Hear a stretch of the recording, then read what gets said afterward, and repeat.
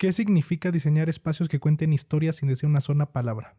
¿Cómo se forja el ojo para el buen gusto cuando cada plano es un reflejo de vida y personalidad? ¿Y qué retos enfrenta un arquitecto en busca de equilibrio entre funcionalidad, estética y sostenibilidad en un mundo lleno de exigencias? En muchos casos, la arquitectura comienza con una idea simple: mejorar la forma en que alguien vive. Pero convertir esa idea en un espacio que comunique autenticidad mientras sorteas las estructuras burocráticas, las limitaciones presupuestales y las expectativas cambiantes del cliente requiere algo más que talento. Necesita una visión clara, disciplina creativa y un método que garantice el resultado.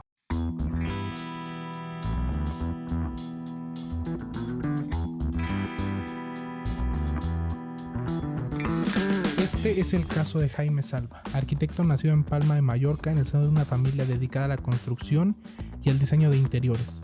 Tras estudiar arquitectura en Barcelona y trabajar en San Francisco con el despacho Code Recency Agency, donde colaboró en proyectos como la residencia de George Lucas en Silicon Valley, regresó en 2006 para fundar su propio estudio, Jaime Salva, Arquitectura e Interiorismo en Mallorca. Desde entonces, ha liderado proyectos residenciales y comerciales para promotores, inversionistas y clientes de alto perfil, siempre bajo un concepto de diseño mediterráneo contemporáneo que busca reflejar el alma de quienes habitan los espacios. A la par, cofundó en 2006 Palma Urban Development, una promotora que ya tuvo éxito desde su primer proyecto, vendiendo 6 apartamentos en Cala Mayor en menos de un mes. El estilo de su firma se basa en entender profundamente al cliente, combinar funcionalidad con estética y reclamar la sencillez como columna vertebral de cada diseño. En este episodio exploramos cómo Jaime desarrolló su trayectoria entre culturas arquitectónicas desde Barcelona hasta Silicon Valley, adoptando aprendizajes de ambas para definir su estilo personal. ¿Cuál es su enfoque para fundar y dirigir un estudio propio hoy en día, incluyendo los desafíos técnicos, presupuestales y legales? ¿Qué hace que un arquitecto tenga buen gusto al diseñar, desde materiales locales, geometrías armoniosas hasta un elemento distintivo que haga único cada proyecto? Los principales obstáculos que enfrenta un despacho arquitectónico contemporáneo, desde licencias urbanísticas hasta mantener la esencia original del concepto creativo. Si alguna vez te preguntaste cómo un plano deja de ser un dibujo para convertirse en una experiencia espacial, este episodio te dará las pistas.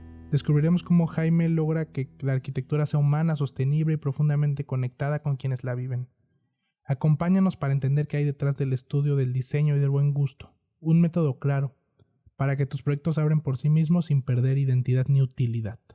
Jaime, bienvenido. Es un verdadero placer que estés aquí conmigo el día de hoy. Ya te lo había dicho fuera de cámara, soy gran admirador de todo tu trabajo. O sea, debo de admitir que cuando vi tus diseños pensé que era como estas páginas en Instagram que muchas veces muestran como casas que no existen, pero es como top. Y luego vino, o sea, wow, que sí existía, ¿sabes? Es genial. Y la verdad también eres mi primer invitado que no es como de Latinoamérica. Y bueno, primero que nada, ¿cómo estás? Y no sé si ya antes habías tenido la oportunidad de hablar con alguien de Latinoamérica en cuestión de entrevistas o así. Bueno, muchas gracias por la invitación.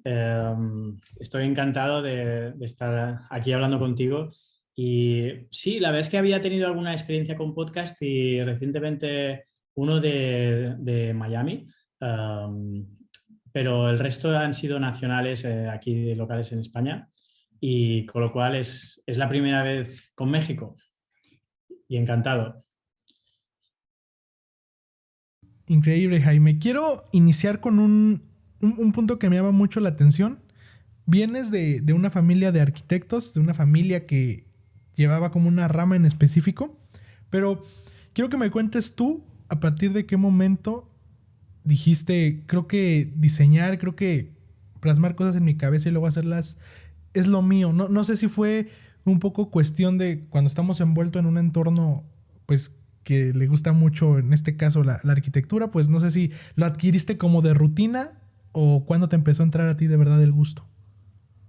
Pues, como dices, mi familia, bueno, no han sido arquitectos, han sido, mi padre era interiorista, diseñador interior, y mi hermana también estudió para ser diseñadora interior, y mi tío abuelo tenía una empresa de construcción.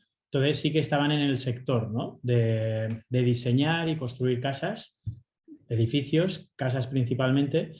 Y yo siempre había visto a mi padre pues trabajar mucho, en su despacho y mi padre le encantaba, ¿no? Entonces, la pasión se transmite y sobre todo pues para luego eh, aplicarlo en cualquier ámbito, ¿no? No solo en la misma profesión, pero sí que yo veía que mi padre hacía un trabajo que a él le gustaba y esto me atraía mucho. Pero sí que es verdad que yo en la adolescencia y tal, pues seguramente no tenía muy claro lo que iba a hacer. Me gustaba mucho el baloncesto, el básquetbol y era un friki del básquetbol. Pero sí que es verdad que cuando salía del colegio y a lo mejor antes de los entrenamientos con el equipo de básquet, iba al despacho de mi padre a pasar un rato, como le veía él dibujando, pues yo a veces dibujaba pabellones de básquet, ¿no? Entonces, ahí era un mix de mi pasión en aquel entonces con lo que iba a ser mi profesión, ¿no? Y yo creo que cuando ya se acercó el momento de tomar la decisión de qué estudiar, sí que me acuerdo en un trayecto andando con mi padre que él me sugirió que, bueno, a ver si ya tenía pensado algo y que a ver por qué no iba por este sector, ¿no? Y a mí en ese momento pensé, bueno, que el básquet, obviamente profesionalmente no me podía dedicar. Me gustaba por aquel entonces a lo mejor bueno, aquí en España le llamamos INEF, que quiere decir el profesor de educación física, de deporte del colegio, porque mi entrenador lo era, y, pero pensé que el deporte estaba bien tenerlo como hobby y no como profesión, ¿no? Entonces decidí estudiar arquitectura y sí que es verdad que hasta llegar a la universidad, yo estudié en Barcelona, yo soy de Mallorca, de una isla del Mediterráneo. Entonces, claro, me desplacé a Barcelona fuera de mi hogar, ¿no? Para estudiar la carrera y ahí es cuando con las primeras clases con profesores que había muy buenos y tal, me empezó a gustar bastante, ¿no? Y sobre todo yo creo que a partir del segundo curso, pues ya vi que no solo estaba estudiando porque me lo habían dicho, sino que me gustaba mucho y bueno, pues ya hasta hoy. Al principio te comenté esto de que venías de familia de arquitectos, porque fíjate que al menos en México no existe como tal una división. O sea, hasta muy recientemente, o sea, te diré unos 5 años, empezó a hacerse como esta subdivisión de que cada área de una casa o de un proyecto Mm. necesita un enfoque específico. Casi siempre aquí se ha vivido que el arquitecto se encargaba de todo. Entonces, o sea, yo tenía como esa visión, pero a ver, explícame esa visión en España. O sea, el diseño de interiores es algo completamente diferente. Es como tal una carrera. Es una carrera, lo que no quita que el arquitecto puede diseñar el interior y lo diseña y es muy habitual y nosotros en el despacho lo diseñamos, sobre todo yo teniendo el background de mi familia, ¿no? Pues a mí me gusta no solo quedarme en el exterior, sino que hacer todo, ¿no? Pero sí que hay una carrera independiente que es solo interiorismo. Es el diseño de interior, el interior designer, y entonces se centra en los interiores, ¿no? Porque, claro, la carrera de arquitectura es bastante completa, es muy larga y, claro, nosotros con el título de arquitectos en España podemos firmar desde el primer día, desde una reforma de un piso hasta un aeropuerto, ¿no? Cosa que en otros países se necesita como cursos adicionales o una especialización, pero aquí incluso las estructuras, el cálculo de estructuras lo podríamos firmar nosotros como arquitectos, ¿no? De hecho, aquí en México, para esas construcciones que mencionas, está como una carrera aparte que se llama Ingeniería Civil, que se encarga de proyectos como grandes. Ya, ya, ya. Claro, sí, cada país tiene sus particularidades y luego aparte, claro, he dicho que desde el primer día puedes firmar un aeropuerto, pero no suele pasar o no conozco el caso tampoco. Pero es decir, que sí que el título te habilita para muchas cosas, ¿no? Y por eso, pues quien no se quiera, quien no le apetezca o quien no tenga las ganas de emprender esta carrera tan larga y que luego requiere, normalmente los proyectos que hacemos requieren una firma que requiere una responsabilidad y un seguro de responsabilidad civil, y una carga pues, muy grande de responsabilidad de lo que se está construyendo que normalmente un interiorista, un diseñador de interiores, no tiene, porque son temas más concretos, más puntuales, los cuales no requieren normalmente una firma, ¿no? ¿Quién era tu jugador favorito o quién es tu jugador favorito de baloncesto? Pues bueno, yo soy del año 79, con lo cual cuando me empecé a apasionar por el básquet eran los años 80 y allí estaba a nivel internacional pues Magic Johnson y Larry Bird, que seguramente fueron mis ídolos de aquella época, ¿no? Y luego a nivel España, pues sí que había un jugador que se llamaba Epi, Juan Antonio Sáenz Epifanio, que era muy conocido y era muy fan de él también. Pero sí, Magic Johnson y Larry Bird. Ok, la generación antes de Michael Jordan y como en Eh, esa transición, ¿no?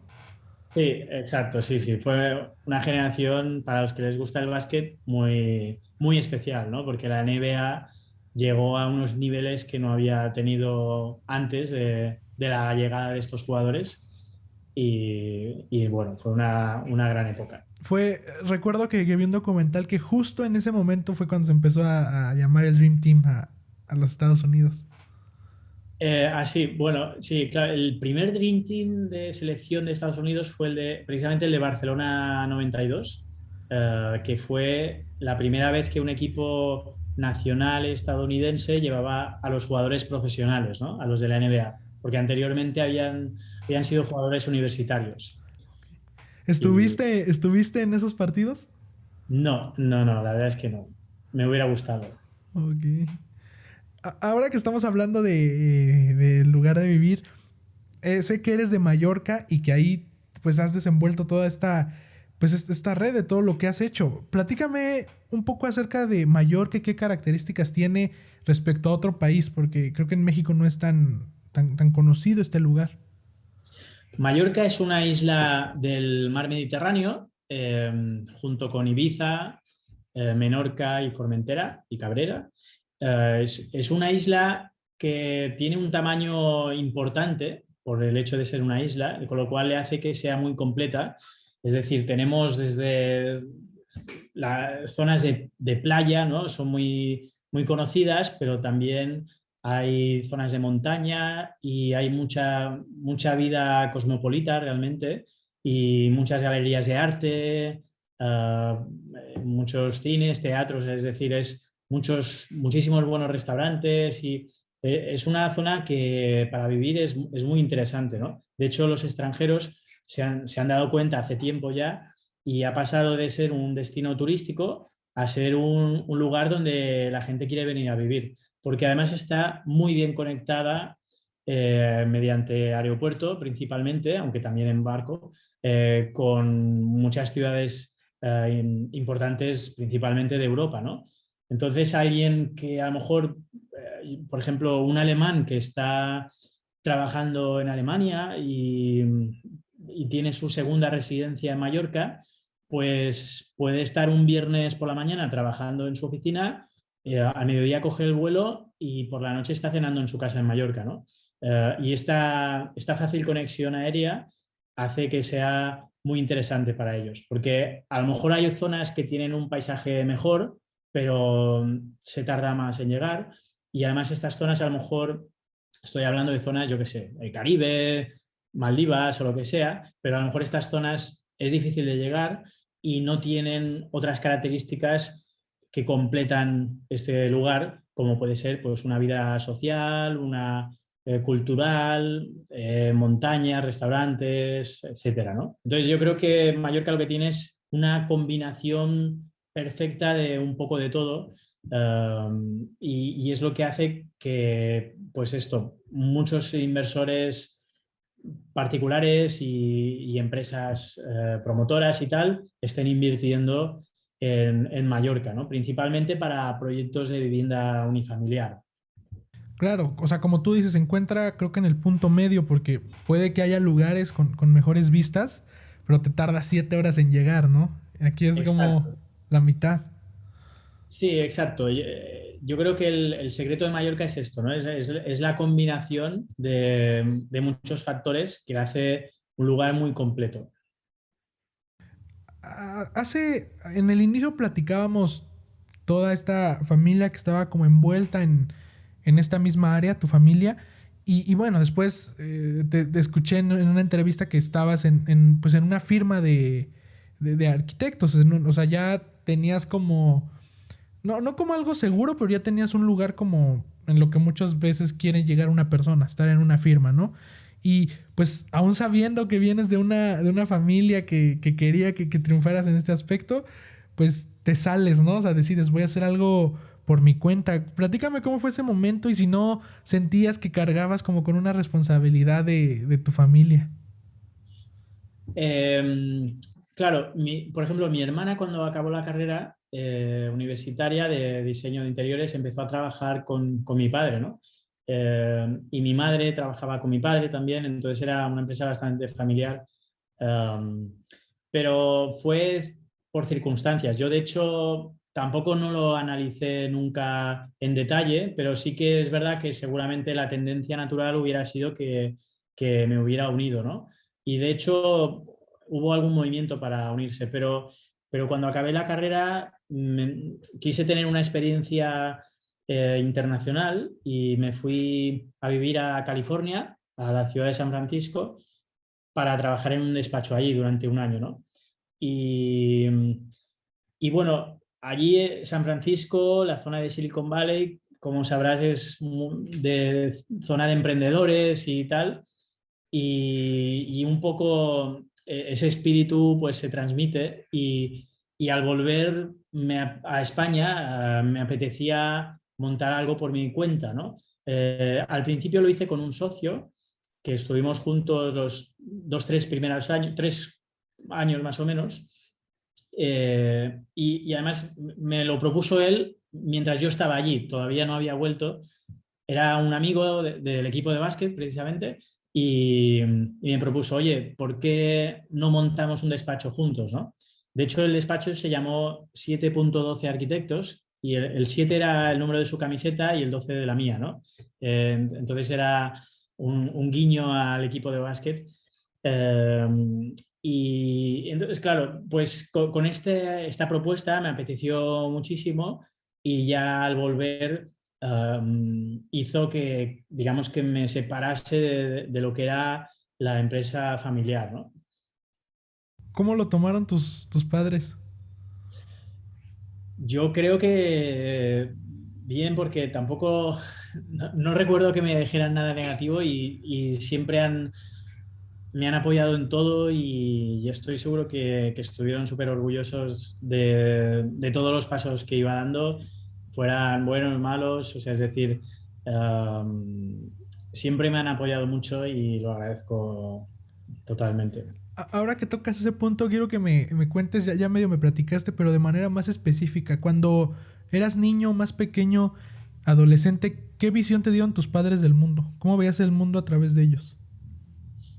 Pues eh, yo creo que mm, los miembros de mi familia se pueden caracterizar por ser buenas personas, sobre todo, y, y como respetuosos con la gente, con el mundo, y, y también bastante abiertos, ¿no? Porque creo que tenemos como la mente abierta a que, pues, a que la gente sea diferente, a, por ejemplo, lo que hablábamos, ¿no? A que yo me monte mi despacho y ya digo, no recuerdo ningún comentario negativo para nada.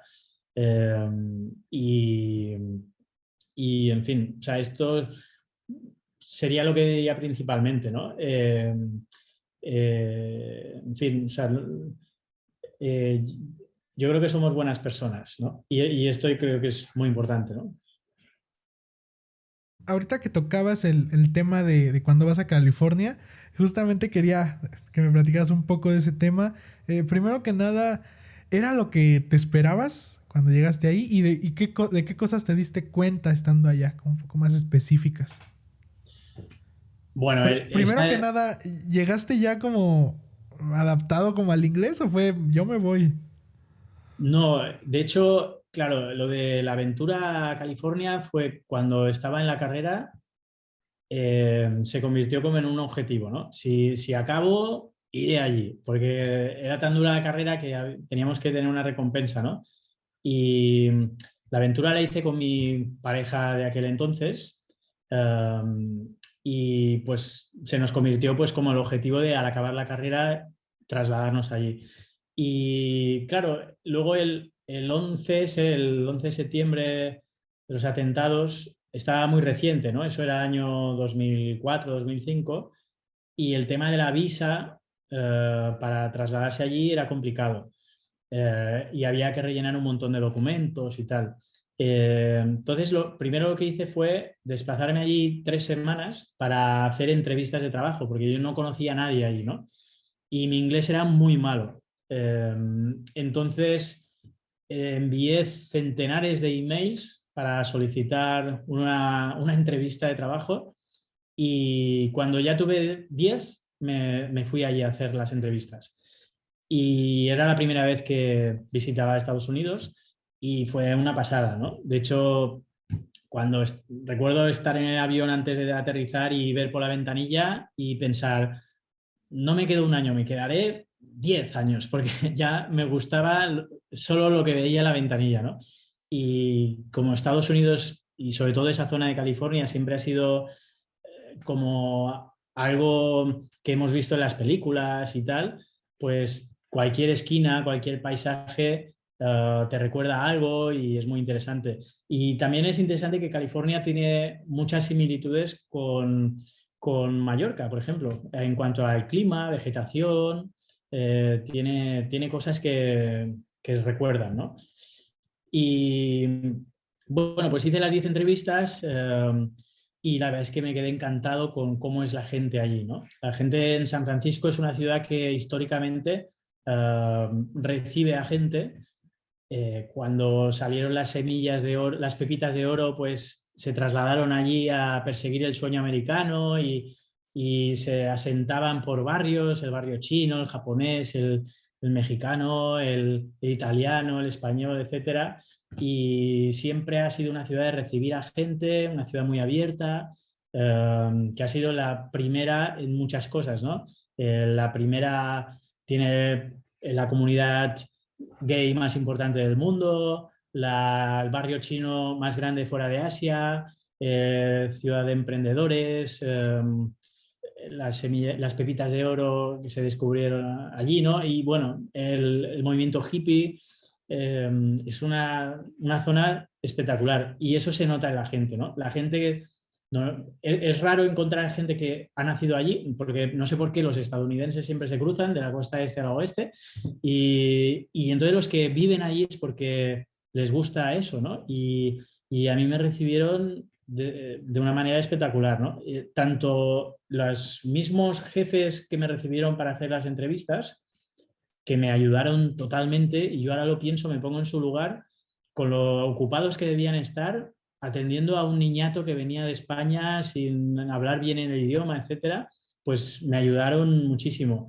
Y cuando ya tuve el despacho elegido, ¿no? El que fue bien y llegamos a un acuerdo, pues volví a España y mientras trabajaba en un despacho en Mallorca fui tramitando los papeles de la visa, y esto se demoró unos 6 meses más o menos. Y claro, las ganas, todo lo que tenía en la cabeza fue en aumento, ¿no? O sea, era como idealizar una situación que era ir allí a trabajar realmente y ya estaba cerca y tal, con lo cual cuando ya llegué por fin y pude vivir allí, ¿no?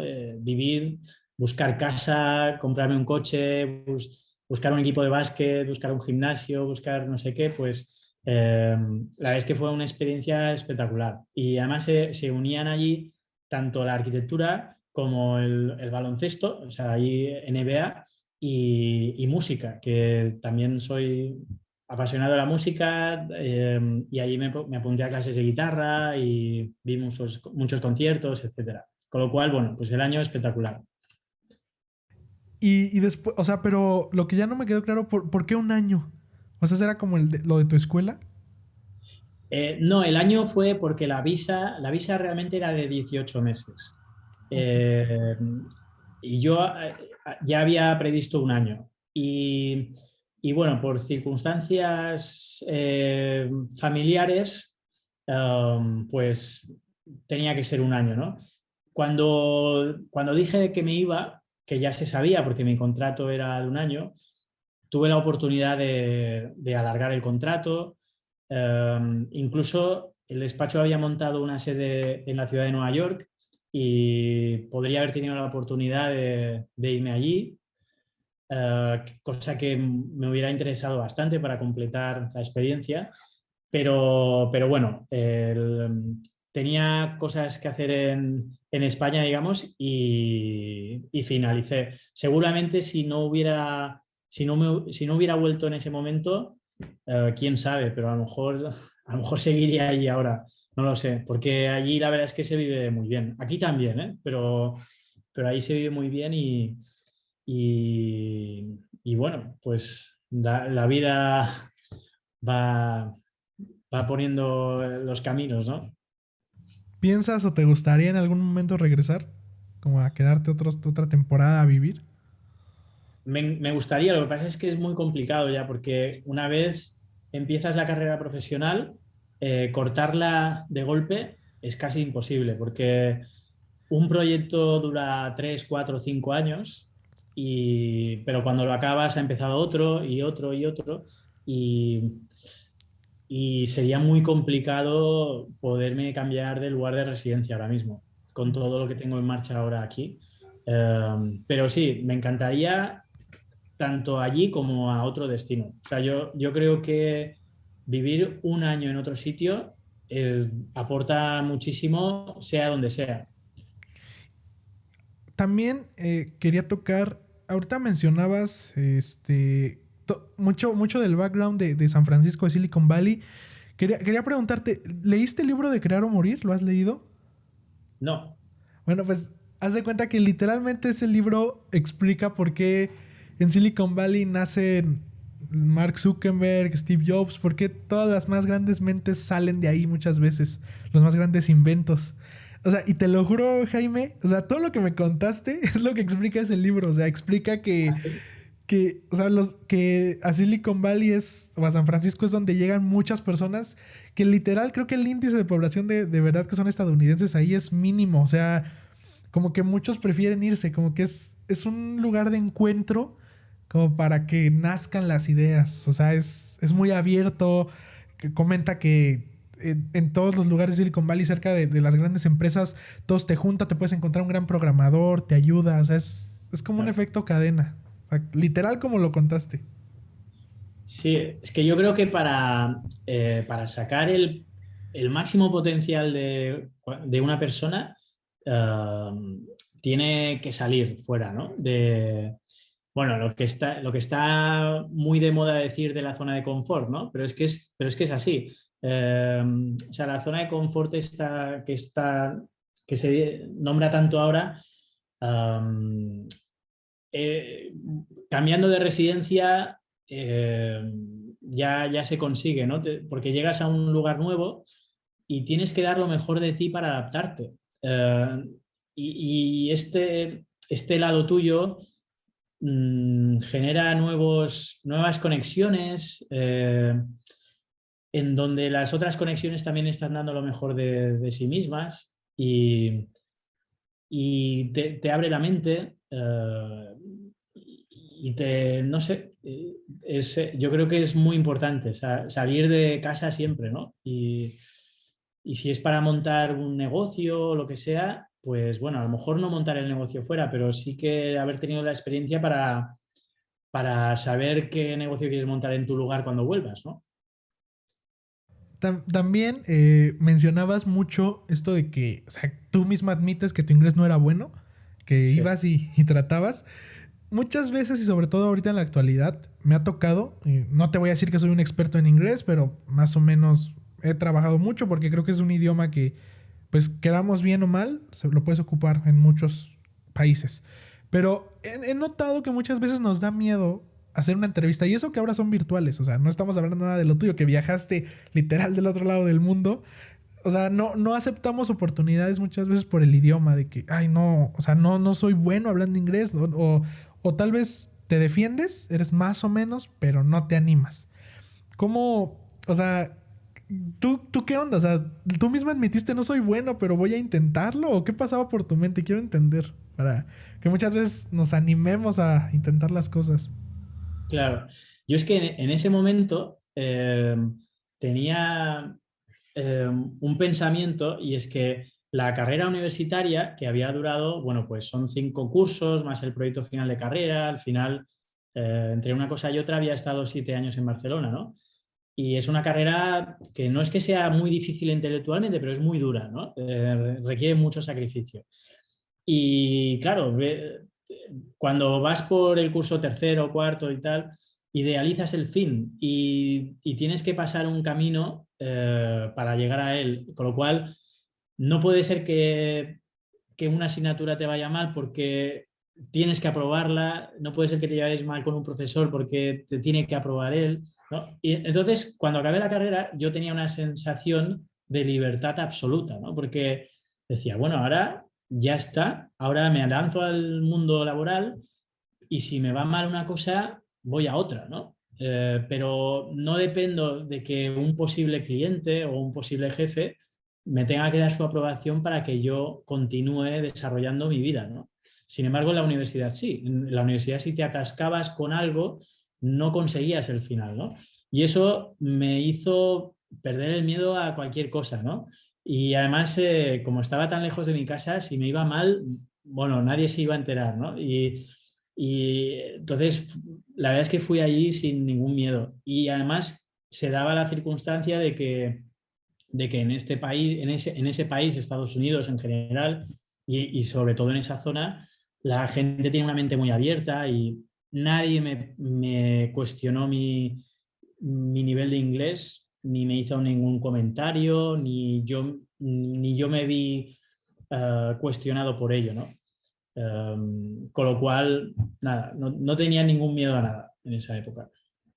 Dicen que el mejor método para aprender un idioma es irte 6 meses al país del idioma nativo. ¿En tu caso funcionó? ¿Crees que es verdad?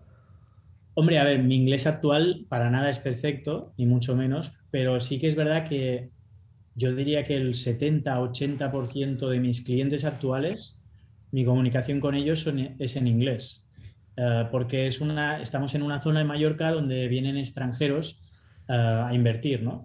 Y si yo no pudiera comunicarme con ellos en inglés, eh, hubiera perdido la mayoría de posibles trabajos que finalmente me han llegado, ¿no? Eh, entonces, para mí era importantísimo poder comunicarme en inglés para mi futuro laboral. Ahora, pasando a otro tema, pues ya me contaste cómo regresas a España, cómo regresas con esa idea de yo quiero hacer lo que vi allá, quiero poner mi propio despacho. Algo que siempre he tenido mucho respeto es para los emprendedores, pero también para las personas que deciden ellos mismos llevar más allá su profesión. Llámese cuando creas un bufete de abogados, cuando estás por tu cuenta, cuando no estás como en una firma o en una empresa, como los arquitectos también, como los diseñadores. Cuéntame, ¿cómo consigues tu primer cliente? Porque muchas veces no iniciamos por eso de, no sé, o sea, nadie me conoce, no tengo historia, no tengo prestigio. ¿Qué consejos darías para cómo le hiciste para un primer cliente? Claro, es muy buena pregunta porque empezar es muy complicado. Normalmente en mi profesión, en arquitectura, claro, yo el despacho lo montamos con mi anterior socio con 26 años, ¿no? 26 años para un arquitecto es muy joven, ¿no? Y uno de los motivos es porque un proyecto, como decía antes, desde que lo inicias hasta que lo acabas, pueden pasar 3, 4, 5 años. Entonces, cuando acabas, no tienes nada acabado para enseñar.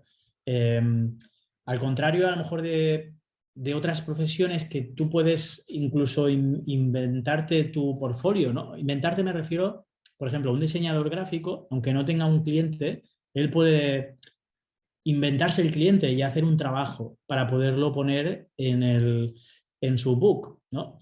Pero yo no me puedo comprar un solar y construir una casa de repente, ¿no? De una mañana para otra, porque necesito un cliente que invierta en ello y un proceso que dura años, ¿no? Entonces, para que alguien contrate a un arquitecto para que le haga su trabajo, normalmente quieren ver algo acabado tuyo para confiar en ti. Si no lo puedes enseñar, es confianza a ciegas, ¿no? Y es muy complicado. Entonces, los inicios fueron lo típico, un familiar reformando un piso pequeño y luego, pues, luego esto deriva a una cosa, a otra. También con mi socio ganamos un concurso que no se llegó a ejecutar, pero que sí que nos dio la oportunidad de redactar el proyecto y tener unos honorarios que nos permitió poder mantenernos. No teníamos casi gastos porque éramos muy jóvenes y no teníamos nada que perder, ¿no? En el sentido de, si me lo dices hoy en día que tengo 2 hipotecas con el banco y tengo un hijo pequeño y tal, pues me daría más miedo saltarme al vacío. Pero en aquella época tenía menos que perder, ¿no? Y bueno, pues al final no sabes cómo, porque si la gente lo supiera, lo replicaría y siempre tendría éxito, pero no sabes cómo una mezcla supongo, de hacer bien las cosas.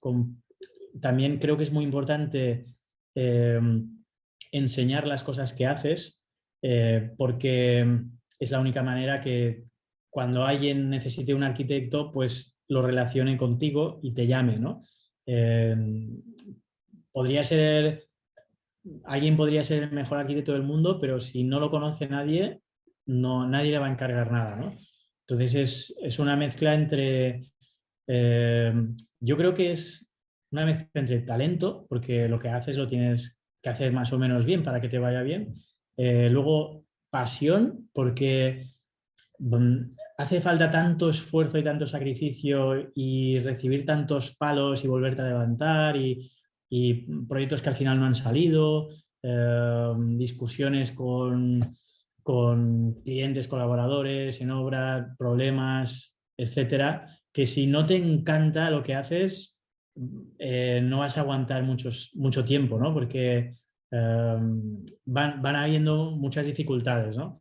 Y luego, pues yo creo que constancia, ¿no? Porque también conozco mucha gente que se ha motivado mucho en una etapa en concreto, pero luego al final no ha tenido la constancia y es como ir al gimnasio, ¿no? Si típico mes de enero, después de las comidas navideñas, mucha gente se apunta al gimnasio muy motivada, aguanta 2 meses y luego se desapunta, ¿no?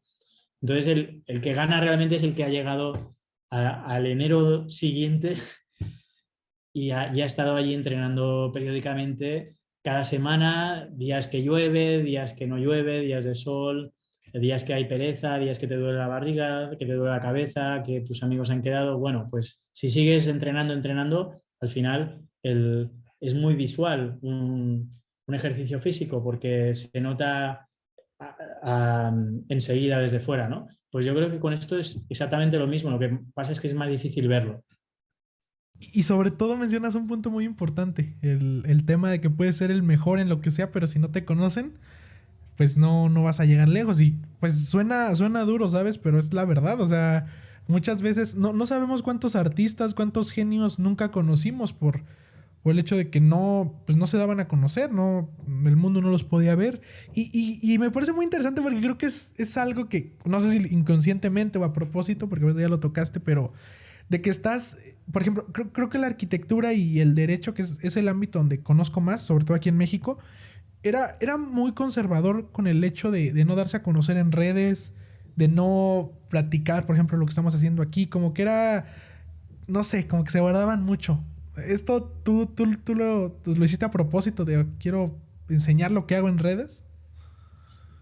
Bueno, yo recuerdo que en el año 2006, cuando con mi anterior socio decidimos hacer la página web, no había muchas, al menos en Mallorca, casi no había páginas web. Hoy en día es impensable, pero tampoco hace tanto tiempo, del año 2006. Y sí que es verdad que en España, no te lo sé decir a 100% seguro, pero yo creo que antiguamente no se podían publicitar los arquitectos por un tema de competencias y tal.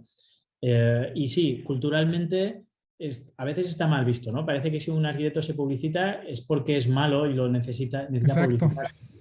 Pero bueno, hay un arquitecto que me gusta mucho en España, en la zona de Valencia, que se llama Ramón Esteve, que dice que la gente compra lo mejor de lo que conoce, ¿no? Y creo que es totalmente cierto, ¿no?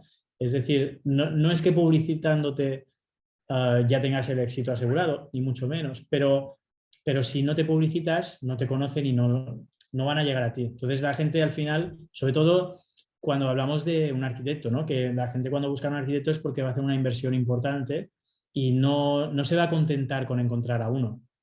Va a buscar arquitectos hoy en día por internet o por el boca a boca, que sigue siendo, yo creo, la mejor publicidad. Eh, pero va a buscar y va a quedar con varios, y va a pedir varios presupuestos, y va a mirar las páginas web. Entonces, el objetivo es estar allí en esa búsqueda, ¿no? Y luego hacerlo lo mejor posible para que en la comparativa te elijan. Entonces yo creo que son las dos cosas, ¿no? Y ahorita, fíjate, no conocía este punto que mencionas de que tal vez no se publicitaban porque, o sea, ¿tú crees que antes se pensaba que te podían robar tus ideas? Es que esto no quiero comentarlo con detalle porque igual me equivoco, ¿eh? Pero creo que antes lo que sigue seguro es que, por ejemplo, a nivel de honorarios, antes había un baremo que se cumplía y no se podía cobrar menos porque era una competencia desleal, ¿no? Y yo creo que no se podían publicitar los arquitectos, pero no estoy 100% seguro, no lo puedo afirmar. Pero la cultura de publicitarse sí que te puedo asegurar que no había esta cultura, ¿no? Y, y yo creo que es fundamental pero para cualquier empresa, ¿no? Porque al final eh, un arquitecto indirectamente, lo quiera o no, se convierte en un empresario, ¿no?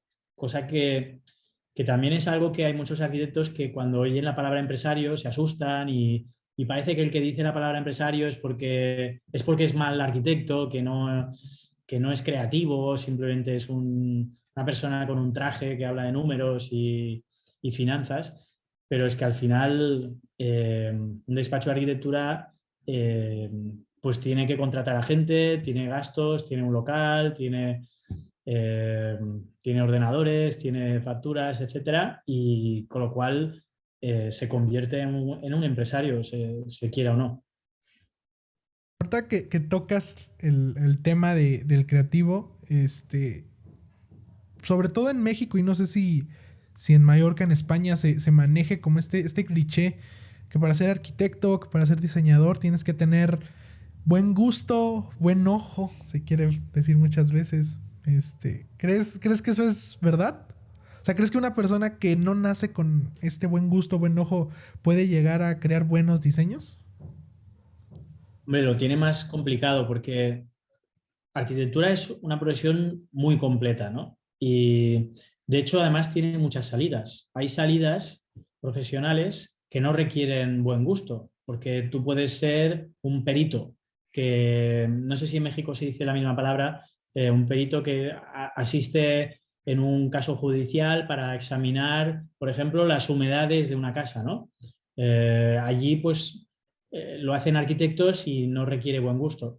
Puedes tramitar licencias de apertura de un local comercial, en fin, puedes hacer diferentes cosas, pero si a lo que se dedica un arquitecto es a diseñar edificios, que yo creo que es un poco la esencia de la profesión, pues sí, el buen gusto es imprescindible, pero pero también tiene que ser muy racional porque al contrario de otras disciplinas como la pintura, la escritura, la escultura o muchas otras, la arquitectura está totalmente regulada por muchos ámbitos de normativas urbanísticas, la estática de los edificios, ¿no? La gravedad, el cálculo de estructura. No puedes hacer algo que no se sostenga, tiene que funcionar, tiene que ser sostenible, económico, tiene que ser habitable,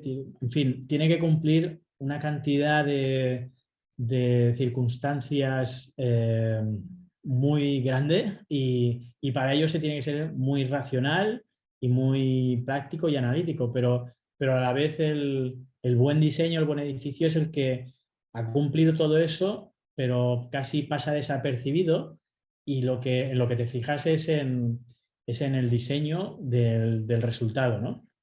Y para eso el buen gusto, pues sí, es imprescindible.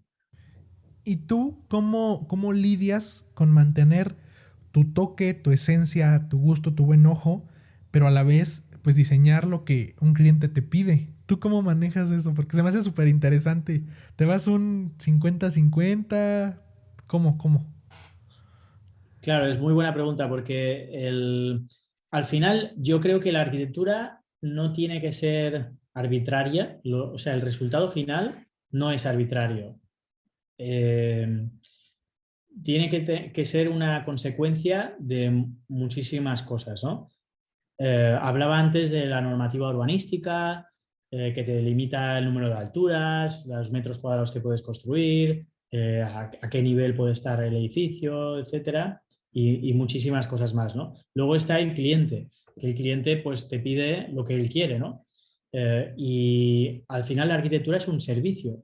Entonces, tú tienes que responder a la solicitud del cliente de la mejor manera posible, porque el cliente a lo mejor todavía no sabe lo que quiere cuando él llega a ti. Entonces tú le tienes que reconducir, pero partiendo de sus necesidades, obviamente. Por ejemplo, si es una casa para una familia, pues esta familia tendrá un número de hijos, tendrá animales o no, le gustará cocinar o necesitará un espacio para trabajar en casa o le gustarán mucho los coches y necesitará un parking grande, bueno, etcétera, ¿no? Y tú tienes que cumplir con todo eso. Entonces, a mí lo que me gusta hacer es poner todos estos condicionantes sobre la mesa y empezar a resolver problemas, ¿no? Es decir, cuantos más condicionantes hay, menos arbitrario va a ser el resultado final, porque va a ser una consecuencia de ir encajando piezas y al final te da un resultado que además el resultado tiene que ser bello, ¿no? O sea, tiene que gustar y ser estético. Entonces, ahí está el gran reto de la arquitectura, ¿no? Es decir, en otras disciplinas, como decía, pues tú te puedes levantar por la mañana y decir, voy a escribir una canción. Y la escribes y al cabo de 2 horas a lo mejor está compuesta y a lo mejor es la mejor canción de la historia. Y ha salido de ti y no has tenido ninguna restricción, ¿no? En arquitectura no podemos hacer esto, ¿no? Necesitamos un cliente, un promotor que compre un solar y cumplir toda esta serie de cosas. Y luego, además, una vez está el diseño hecho, claro, la arquitectura, eh, esto es un gran debate aparte, si la arquitectura es solamente el resultado final construido o si, por ejemplo, un render, una infografía, una imagen 3D, puede ser arquitectura también, ¿no? Hay gente que opina que sí, otra gente que no, pero es decir, si pongamos el caso de los partidarios de que se tiene que construir, desde que nosotros como arquitectos hacemos un diseño hasta que está construido, pasa mucho tiempo y muchas personas por en medio dificultando el hecho de que finalmente se construya igual que se planificó. Es decir, intervienen administraciones públicas, constructores, precios, plazos, cambios de ideas porque ha pasado mucho tiempo, etcétera, ¿no? Y este es otro gran reto, ¿no? Una vez cuando tienes el diseño perfecto para ti, pues que realmente se ejecute, ¿no? Y es responsabilidad nuestra en parte, no podemos poner excusas de, bueno, es que al final el cliente redujo el presupuesto o es que el ayuntamiento, la administración pública me ha hecho cambiar esto y por eso ha quedado así de mal. No, nosotros tenemos que estar ahí en todo el proceso para ir resolviendo todas estas dificultades que van habiendo. Ahorita que mencionas el tema de los render de estas creaciones, ¿todavía tú te encargas de eso o ya tienes alguien del equipo? Bueno, a mí me gusta estar sobre todo en las fases iniciales del proyecto, cuando el papel está en blanco y hay que empezar a dibujar, ¿no? Eh, entonces, normalmente cuando suelto el proyecto ya está todo encajado, tanto en planos como en volumetría. Okay. Y ahí ya pues tengo el equipo que convierte ese encaje, lo va desarrollando para toda la documentación que tenemos que presentar a las administraciones, etcétera, ¿no? Pero sí que para lo bueno o para lo malo, pues me gusta sentirme orgulloso de los diseños y que pueda decir que son míos. O sea, no tener un equipo de gente que diseña por mí, ¿no? Porque entonces allí ya sí que sería empresario solamente, ¿no? ¿Cómo es tu momento creativo? ¿Cómo agarras inspiración? ¿Eres nocturno, muy de día? Bueno, en etapas he sido más nocturno, sobre todo en la universidad, pero ahora casi diría que más diurno, cada vez me levanto más pronto. Además, ahora he sido padre hace un año y Oh, por felicidades. un motivo, gracias. Y, pero lo importante es que haya paz, o sea, es decir, y cosa que es muy complicada en el día a día del despacho, con lo cual hay veces que encuentro esos momentos llegando el primero por la mañana al despacho y sacando pues 1 o 2 horas antes de que llegue el resto de la gente, que suelen llegar a las 8 de la mañana. O a veces es en el fin de semana que hay un momento de paz. Pero sí, o sea, son momentos que no hayan muchas interrupciones. Me gusta mucho poner música, normalmente jazz, que es porque es música muy tranquila y muy creativa. Dependiendo de la fase en la que estoy, a veces me pongo documentales de arquitectura que también me motivan y me hacen estar pensando. Y, y luego lo que me va muy bien también es cuando estoy atascado en algo, abandonarlo, si el plazo de entrega me lo permite, abandonarlo y ponerme con otra cosa, porque cuando se retoma un tiempo después, ya sea horas después o un día después, se ve con otros ojos y o sea, la mente, la vista, al final se acaba viciando y si continúas no te das cuenta de algunas cosas que si dejas apartadas y las retomas posteriormente, te das cuenta la primera, ¿no? Antes de pasar a la parte final, Jaime, de preguntas concretas, tengo una última pregunta que me llama mucho la atención y es, hace rato mencionaste que es muy difícil iniciar, que también tienes que tener mucha responsabilidad. Quiero que me digas cómo te ganas la confianza de las personas, pero también tú, cómo agarras autoconfianza, confianza en ti mismo, del hecho de que tú lo estás diciendo, o sea, no estás vendiendo algo barato, o sea, estás en un ámbito que es todo menos barato, o sea, no me imagino cómo le hiciste para decir, wow, o sea, voy a trabajar con algo que cuesta a veces millones, ¿no? ¿Cómo, Ya. cómo lo adquiriste tú y también cómo es que la gente confía? Bueno, no sé, te tendrían que contestar mis clientes, pero, pero yo creo que para mí la mejor manera de ganar la confianza es mediante resultados, ¿no? Mediante los planos. Más que hablar yo, tienen que hablar los planos y los renders y los diseños, ¿no? Y son los que tienen que convencer al cliente. Pero sí que es verdad que me gusta que esté todo argumentado, ¿no? O sea, cuando yo tengo una primera presentación de un proyecto, eh, me gusta explicar de dónde viene cada cosa y cada cosa intento que tenga su sentido y su motivo, ¿no? Algunos motivos son funcionales, otros son lo que comentaba de las normativas que son tan estrictas, otros motivos no tienen eh, se podrían haber hecho de diferentes formas y yo explico por qué he decidido hacerlo de estas. Eh, pero sí, o sea, es trabajando y enseñando resultados. Creo que es la mejor manera de convencer. No me gusta convencer con la palabra, ¿no? Eh, pero sí que es verdad que a la vez intento ser muy transparente con los clientes y transmitirles confianza en el sentido de que yo y mi equipo vamos a hacerlo lo mejor posible, ¿no? Creo que es importante transmitir como la pasión, ¿no? Cuando a alguien le gusta mucho lo que hace, pues puedes confiar en esa persona que al menos lo va a dar todo, ¿no? Para hacerlo lo mejor posible. Y, y luego, por último, rodearse del mejor equipo posible, ¿no?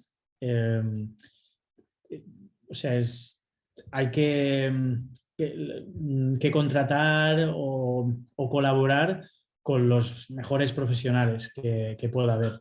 Y en este sentido, pues creo que lo estoy consiguiendo, ¿no? Porque el equipo, además que he perseguido crear como una familia, ¿no?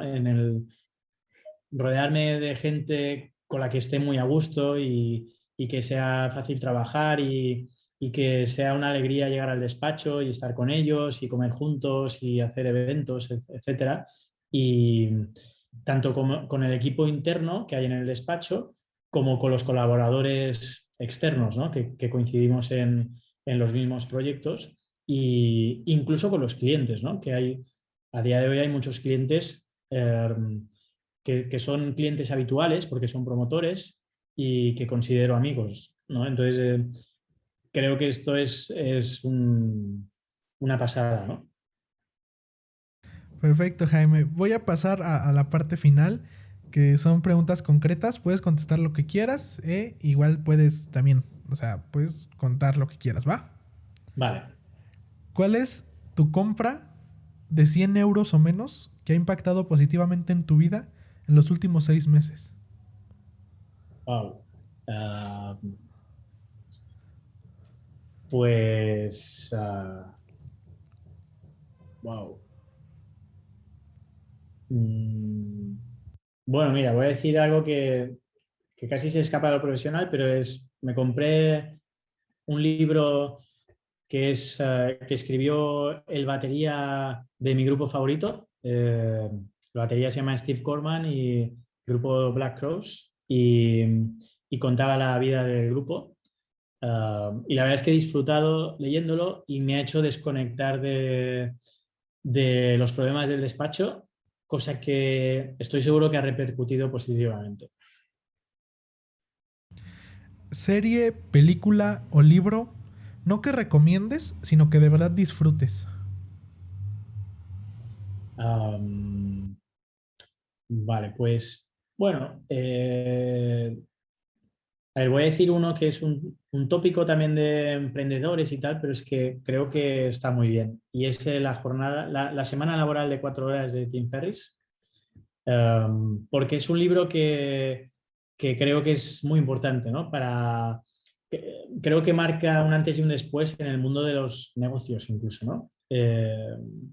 O sea, el enseñar un poco el mensaje un poco que yo saco del libro, ¿no? Es que no, que hay que trabajar súper duro, obviamente, pero que lo importante no son las horas, ¿no? Sino es la productividad y los resultados, ¿no? Y el saber delegar hace que puedas crecer, ¿no? Entonces, bueno, es un libro que en su día disfruté leyéndolo y que aparte recomiendo. Sí, está buenísimo. Yo también ya lo leí, de Tim Ferriss. Me parece, o sea, yo también me parece genial que, o sea, muchas veces cómo está de mal el sistema, ¿no? Que en vez de trabajar por entregar resultados es de tiempo y muchas veces pues, todo ese tiempo a veces es tirado a la basura, ¿no? Exacto, sí, sí, sí. A mí me hizo reconfigurar muchas cosas a nivel despacho, ¿no? ¿Prefieres ser un pez grande en un estanque pequeño o un pez pequeño en un estanque grande? Pez pequeño, sí. Siempre, ya desde que jugaba a básquet, siempre era el pequeño físicamente, pero también de edad. Y, y ahora lo que comentaba, ¿no? En el despacho, que hay que rodearse de los mejores profesionales. Entonces, la única manera de crecer es, es... Me gusta mucho una frase de Steve Jobs que dice que es mejor que se te vaya un trabajador bueno a que se te quede uno malo. Esta respuesta que das quiere decir que siempre tienes ganas de crecer e ir por más. Sí. ¿Qué es algo, una profesión que nunca quisiste ser? Por ejemplo, doctor, licenciado, en tu caso, ¿qué nunca quisiste ser?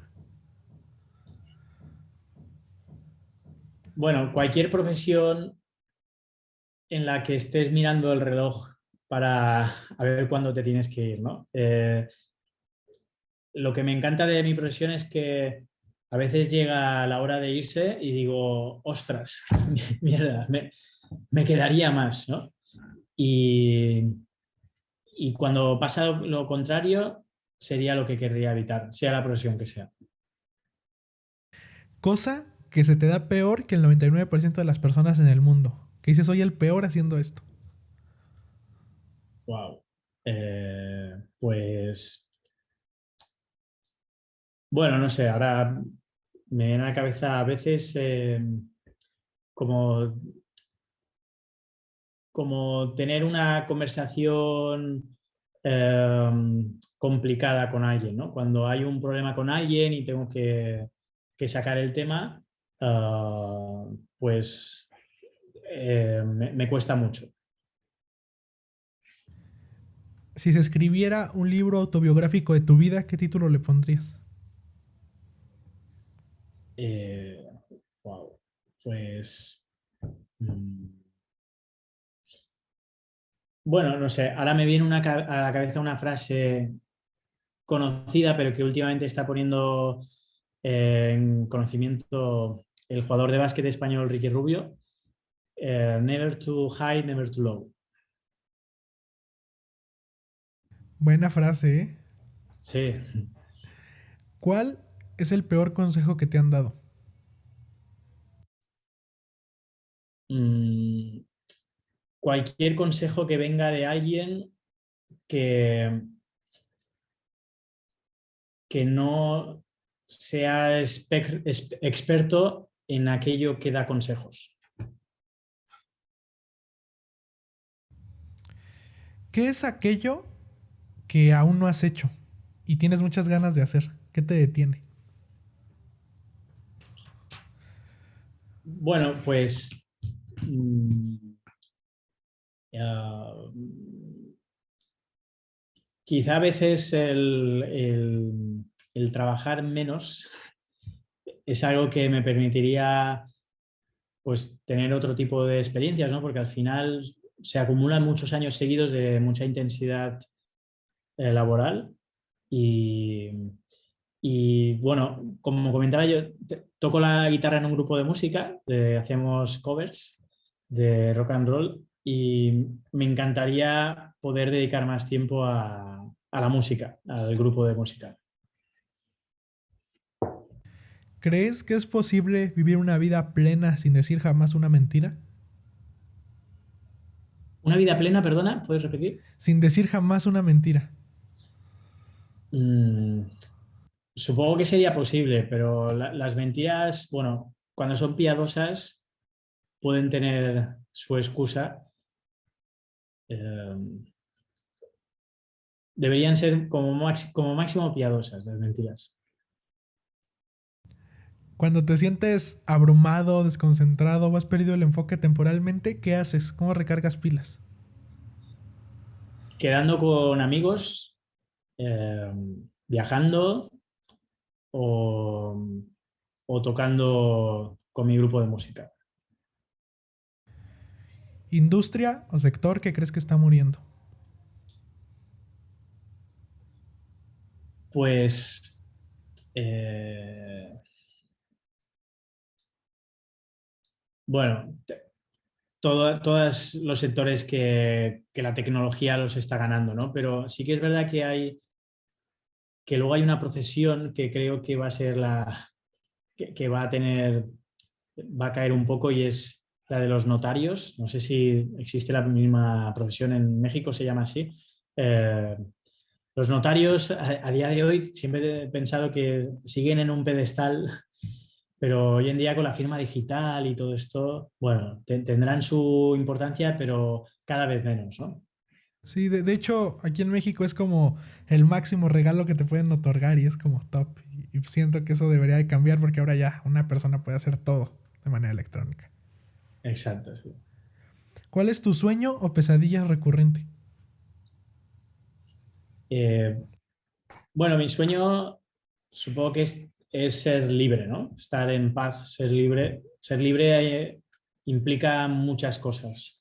Ser libre financieramente, ser libre de pecado, ¿no? O sea, es decir, estar en paz contigo mismo, tener tiempo, dominar tu calendario y este sería el sueño. ¿Hábito inusual o cosa absurda que ames, que la gente no sabe de ti, que si supiera se sorprendería? Eh,